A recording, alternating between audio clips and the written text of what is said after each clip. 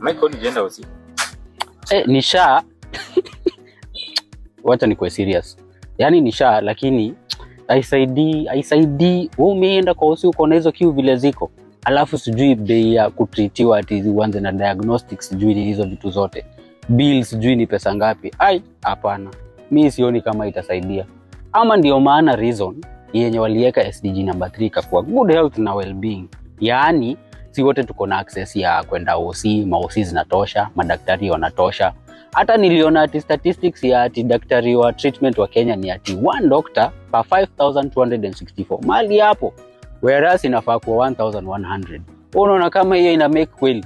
So hata kupata space hiyo OC yenye unasema niende. Bana mimi sioni kama ina make. On that note, deadline ya kuachieve SDG number 3 ya good health and well-being ni 2030. Tuko 2025 na mimi na struggle hivi sana kwenda OC. Unaona kama tunaweza achieve na kama inaachivika, unaona tunafaa tufanye nini ama advice to gava. Unaona wanafaa wafanye nini ndio hizi mahosi zikuwe spacious, ziweze kutupatia services tunataka na ndio at least hata niende OC nisikie poa. Hebu niambie hapo kwa comment section please.